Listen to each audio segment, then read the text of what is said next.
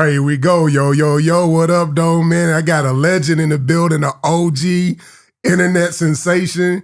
Hey, man, voice rocks the algorithm like crazy. Bounty Hunter BJ, how you doing, my guy? You already know, man. Watts is in the building, man, representing, man. Watch the Texas, man. Texas to Watts, man. We connected, man. ROE 2023 in the building, man. Split D TV, man. Y'all already know, man. It's a pleasure being here right now, man, with Big D, man. Yeah, it's man. It's a pleasure, man. Welcome to Mogul State of Mind, man. Jumping into space, I just kind of want to jump all the way in it. I got a chance from Cali, Compton, LA. Got a chance to interview Ayatollah Marv, Melvin Farmer.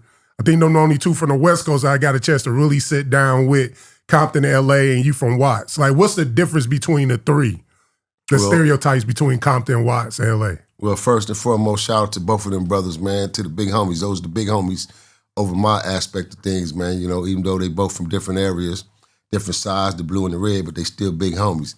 They from that first generation marker, man. So the difference between Compton and Watts is basically the areas. You know, Watts sits smack dead, neutralized in the middle of Los Angeles itself, sort of say. We became the hub of the city during the migration days of you know, our family members and our ancestors and our people descending to Los Angeles, Gotcha. Coming from the South and migrating to the West.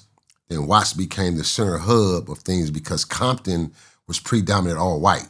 You couldn't Gotcha. live in Compton unless your mother and father was a school teacher or a doctor or worked at one of these big major plantations. I mean, one of these plants, warehouses or something during that time. So Compton was just predominant and ran by whites. So that's what separated Watts, because Watts was where all the niggas was. Got you. Now, in this day or coming up, the stereotypes, you know, like how sometimes people might, like I'm from Detroit, right? Mm-hmm. So people would say like west side of Detroit, them niggas kind of bougie, uppity, east siders, grimy. What was like the hood stereotypes, like what people say about people from Watts or what people say from Compton? Same typical stereotype. We on the east side, we grimy niggas. We fighters, we squabblers, jackers, robbers. West side niggas, they live in houses. Got you. Even though they bangers, them niggas live in homes, 3, 4, 5 bedroom homes. You got a porch, a backyard. Nigga, my backyard is the size of this little carpet right here. That's my backyard in the projects. You feel me? Got you. And so it's a big difference. Then they dress different. When they had the Fila BG suits, okay, we had the Fila knockoff suits. You know what I'm saying? So it was a big difference. But what made me such a trend out of my hood during them times was because I became an explorer bounty hunter, meaning that I left the projects. A lot of my homies built reputations from the streets to the systems, but their lives contained in the projects. I was never like that from a young age. Even my parents we went on family trips, we went on family outings, so I was always being introduced to different things to be experimental. Yeah. So when I got clean in the streets, I used that same experimental experience that my father and my parents implanted in me, and I used it to my homies and my comrades in the streets. There was other Damus, Crips from other neighborhoods that I knew. I had cousins that was Crips that I literally couldn't bring into projects at the time because of the rulings. So I used to go visit them and go to their hoods. So I was able to experiment that. Now, the history of like bounty hunters and bloods. So when I spoke to Ayatollah was saying that Piru and Bloods aren't the same. When you see someone like Whack 100 bang Piru and he from, how you say, Pacoima? From Pacoima. Confused. 2 P's and a B. Pacoima, Piru, Bloods. Okay. You're either a Blood or you're a Piru. So you can't be both? No.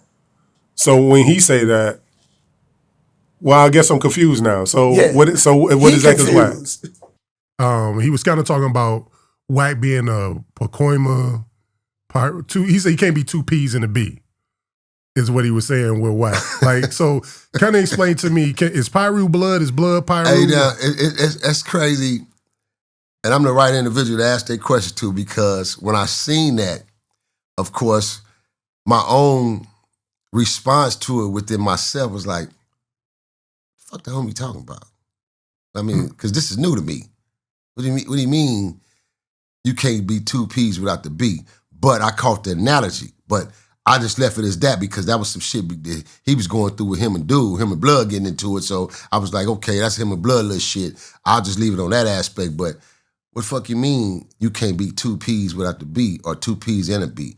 Meaning you can't be a P and a B. Since when? Because when I started this shit, bro, Pirus was Bloods, as far as I know in my history. They always been Bloods to me. I've never known that part of the history where it was a separation. Pirus was Pirus and Bloods was Bloods. Nigga, all the Pirus I know in the history of life since 1970 in the 70s and going into the early 70s, me coming off the porch of 73, 74, I've known Pirus to be Bloods. I didn't never see them separate from us. So this is new to me. Hearing this now in this era, this new shit is all new to me, bro. I didn't, it was like, okay, well, so you mean tell me we come up in all these years, it's a separation? Pirus are to be looked at as Pirus, not Bloods, is unheard of to me. And again, that's me, my personal opinion of being a second generation Damu from Nixon Gardens. I ain't never heard that, bro. Gotcha. Of course, the word Piru, has an extensive flow to it, and it stands out, Piru, because that's what it's been. But it's always been Piru Blood, Luther Park Piru, Mob Piru, Elm Street Piru, Fruittown, you feel me, Piru. But Bloods, it's always blood behind it. So that's all I've known.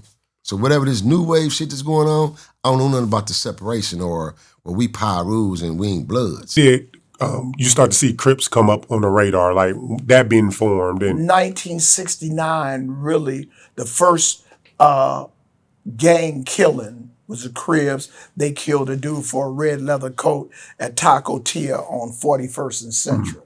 Now, did Crips start in Compton or L.A.? L.A. L.A., okay. Yeah, L.A. Okay. Yeah. So here in 69, Crips come about. At what point did you, Pirus, that name start to come about? Well, the first blood gang was the Brims. Okay. 5'9" Brims. That was the first blood gang.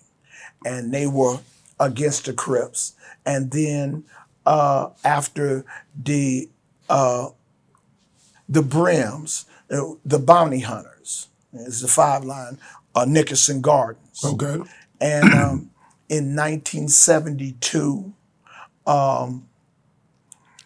little bit, originally, Piru was considered, we had, Mickey Blue was our hero. Mickey Bowen. All the Bowens was bank robbers. Okay. That's what they did. At Compton, we were all, you come to Compton, you'll be disappointed. Because we ain't got no projects. We're everybody's single family homes. Okay. But that don't make you a punk. We gonna fight for ours just like anybody else. Whether you come out of the project, wherever you come from, we gonna squab just like anybody else. We still hustle, but everybody had a hustle. So Mickey Blue, Clarence Grandy, Lonnie Hall, Victor Murphy. These was bank robbers back in the day. And so we used to play football, our side against their side. Piru Street is a big, long street, and every house got 3 or 4 boys in their house, right? Right. The Bowens was like 5 boys, right? Terry, Big H, he's like the godfather. He's my big homeboy. Right, he wasn't put Piru together in that aspect of showing how to get on, how to fight, and this and that. So we playing football one day. How the name came up is, well, before the name came up, one day Mickey Bowen came up. We playing, and Mickey Bowen rides up in this 60 Cadillac,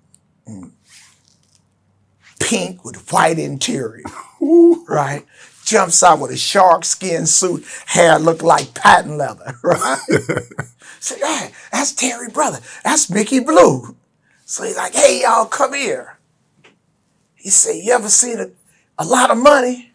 I'm like, no. So he got a big suit, a big chest in the trunk of his car, big Cadillac in them days. He opens it up, it ain't nothing but $100 bills. Damn.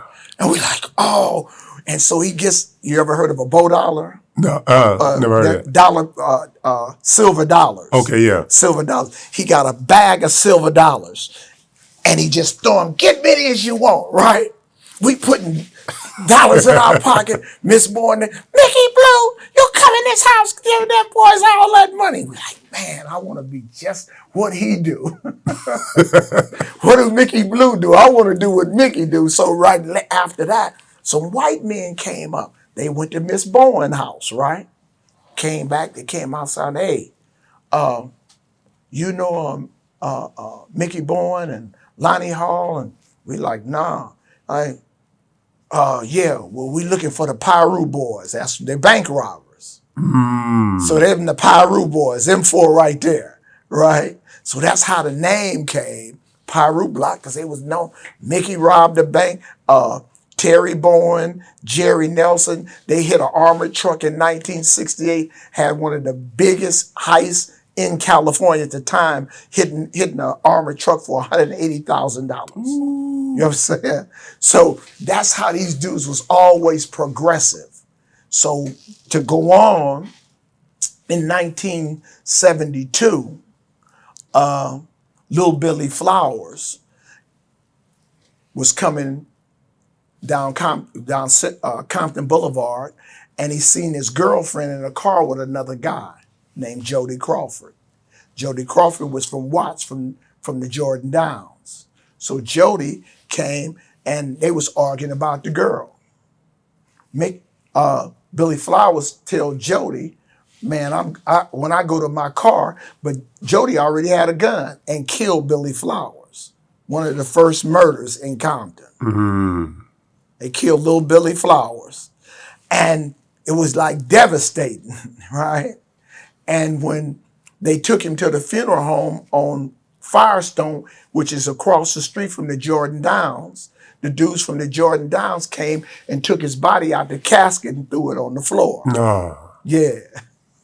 So Miss Flowers had Puddin', Tam, Lil Vince, asked them. So they went up to Harrison Ross funeral home.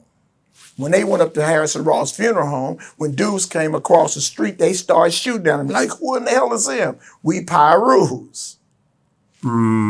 So when they started being when they heard Pirus, they started calling them roosters. Roosters are red, so they associated us with the Bloods. Got you.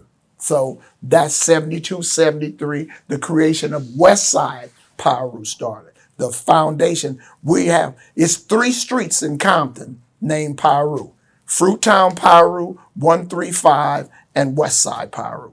Ain't no other street named Piru.